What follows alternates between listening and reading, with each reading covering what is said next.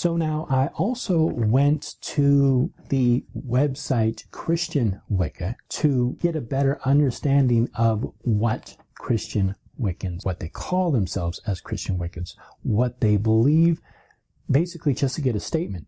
Again, I contacted the person who runs this website, and I didn't hear back from them, so I don't have a statement from them, but I did try to contact them. So I'm just going to highlight a couple of statements from various pages on their website. The first is their homepage. They say, this tradition is not eclectic, nor is it Christo-Pagan, because our devotion lies exclusively with the Christian pantheon. Okay, there is no Christian pantheon. According to Christian doctrine, there is one God, period. Next, we do not have conflicts with the Bible because we work directly with the gods and goddesses. Church dogma does not have a place in our ritual structure. Okay. Again, there is no polytheism or dualism in Christianity. According to Christianity, there is only one God. This tradition evolved as a group of Wiccan practitioners focused on a goddess-inclusive Christian Trinity. Again, this is your desire to create or place a goddess into Christianity. From their webpage, Christian Wicca, the goddess. The word pagan, so they're going to give their definition of the word pagan. The word pagan comes from the Latin paganus, meaning country dweller, indicating a farmer. Contrary to what many fundamentalist Christians and equally narrow-minded pagans, the term pagan does not mean anti-Christian.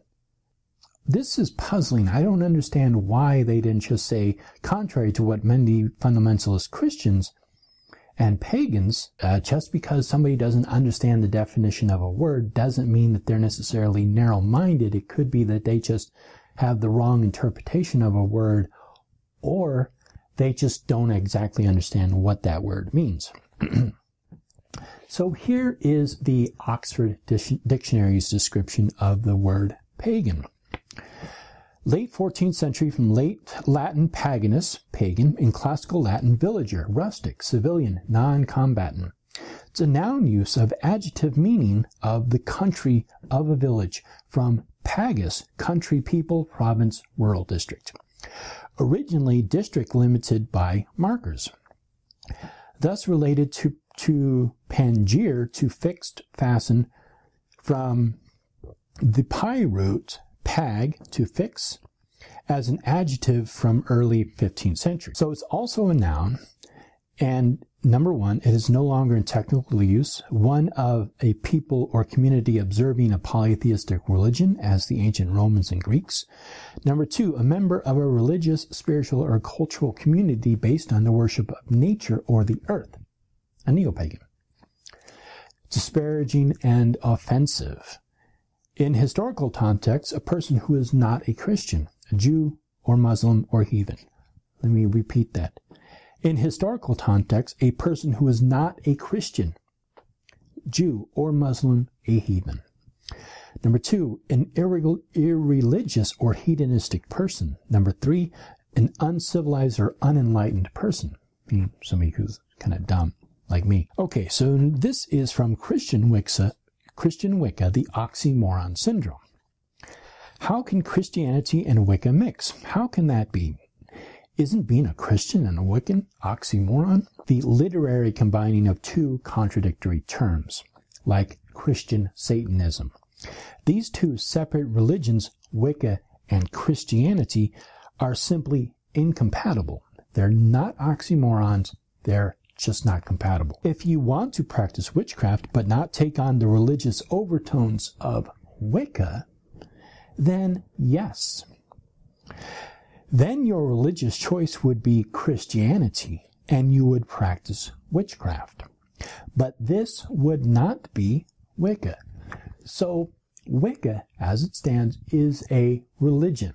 Witchcraft by itself is a practice. If you want to worship as a Christian and practice as witchcraft, then that's between you and your Christian beliefs. Okay, as the researcher and author, obviously, I have been able to draw the parallels of communing with the Holy Trinity within the spiritual framework of Wicca. Okay, the Trinity is not a Trinity. Christianity is a monotheism. The concept of a Trinity is still considered to be a monotheism. Most people don't consider the many sects and denominations of Christianity as being oxymoronic. They are merely different approaches. For example, when a Christian worships at Baptist, is that an oxymoron? No, of course it is not. When a Christian worships as a Catholic or a Protestant, we don't consider this an oxymoron. We consider this a diversity of theory and practice within the umbrella of Christianity. Okay, first of all, a Baptist who worships at a mosque or at a Buddhist temple is an oxymoron. Catholicism and baptism are very similar, sharing a core belief system. Baptism in Islam or baptism in Buddhism do not share a core belief. From the slide earlier, Christianity, baptism, and Protestantism have a core belief. They do not share a core belief with Buddhism or Islam. Okay, likewise, Wiccans identify themselves by tradition. That is correct. Some of the traditions include Dianic Wiccans, Gardnerian Wiccans, Fairy Wiccans, Celtic Wiccans, and Eclectic Wiccans. What is wrong with considering Christian to be another tradition of Wicca? Let me repeat this. Think about it for a second and tell me if you can spot what is wrong with this argument. Likewise, Wiccans identify themselves by tradition. Some of the traditions include Dianic Wiccans, Gardnerian Wiccans, Fairy Wiccans, Celtic Wiccans, and Eclectic Wiccans. What is wrong with considering Christian to be another tradition of Wicca? Okay. Dianic, Gardnerian, Fairy, Celtic, and Eclectic are not already standalone religious systems. You cannot take an already established religious belief with over 2,000 years of history and throw it in front of the word Wicca and come up with a new tradition. It makes no sense. There are no Islamic Wiccans. There are no Hasidic heathens. Okay, spiritual labels such as Dianic, Baptist, Eclectic, and Catholic only define the technique of worship the practitioner uses to commune with the divine. The concept is the same as when a Christian worships as a Wiccan. If it helps you to think of Wicca as another denomination of Christianity in order to better understand the spiritual path for yourself or to explain it to others, then by all means feel free to present it in such a light. Let me repeat a portion of this middle paragraph. If it helps you to think of Wicca as another denomination of Christianity, okay, first of all, as I've outlined earlier, Wicca is a religious belief. Christianity is a religious belief. Of all the Christian traditions that have been branched off from Christianity, none of them are Wicca. Same thing with Wicca. Wicca's only been around for about 75 years, but regardless, it is not. It's a completely different religious system. Dianic and Eclectic are not standalone religious systems. Baptism and Catholicism, however, are. Again, there are no Islamic Wiccans, or Shinto Jews, or Jainism Rastafarians. We cannot simply cross-pollinate two religious systems and force the two separate belief systems into one hyphened word. Question number 1. Most pagans tend to accept the fact that Jesus was a great teacher and healer. Okay. The figure of a historical Jesus, this is really a whole different conversation on its own. Question number 2. Doesn't the Bible speak out against so-called witches and other forms of divination? Yes. There are over 60 references in the Bible condemning all works of divination, mediumship, sorcery, and magic. It is very clear in Deuteronomy 18:12, anyone who does these things is detestable to the Lord. Question number 3. Wiccan rituals are not like typical church service. Is this type of worship wrong for Christianity? This specific question always comes from Protestants because open-minded Catholics will look at a Christian Wicca Sabbath and say, this is very much like a Mass.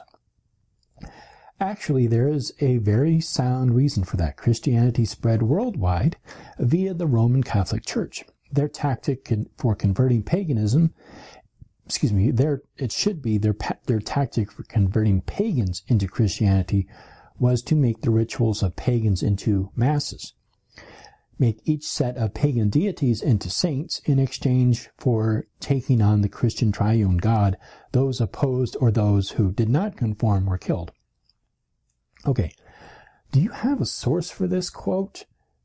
Where does it say that Christianity made pagan rituals into masses? I think this is conjecture on your part. If you are a Roman Catholic, then all your masses and ceremonies are based on or stolen directly from pagan religions. Okay, I believe this is conjecture on your part, but if you have a source, please let me know. Question number 4. Should a Christian perform spells of magic? No. Deuteronomy 18:12 says anyone who does these things is detestable to the Lord. I can't believe I'm preaching Christianity here. Okay, anyway. Question number 8. How does the Trinity fit into Trinitarian Wicca? There is no Trinity. It is still a monotheism. There is no Trinity. There is still a monotheism. Staying with the Trinity approach to the worship of the Godhead was an intelligent move. However, Christianity realized the Trinity in the form of a triple male Godhead composed of the Father, the Son, and the Holy Spirit. Again, the Trinity is not a Trinity. It is still a monotheism. Question number 9. Are there other Christianized pagan and Catholic tie-ins that are still in practice? He claims yes. Many Christian Wiccans likewise feel a spiritual connection to deities of the old religion, as they are approximately referred to as patron gods and goddesses. They, supposed to be a word they, not the, do not supersede the Holy Trinity. They simply complement the Father, the Mother, and the Holy Son. This is against Christian doctrine.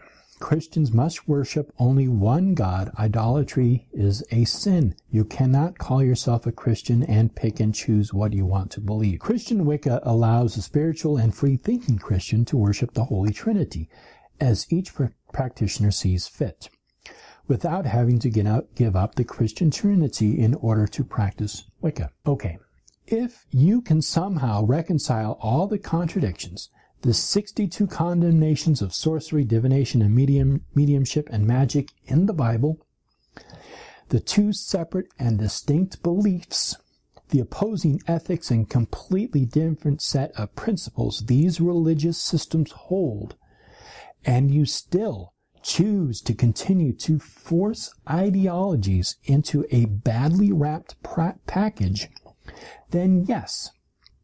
However, your practice will simultaneously mock both Christianity and Wicca. Let me repeat that.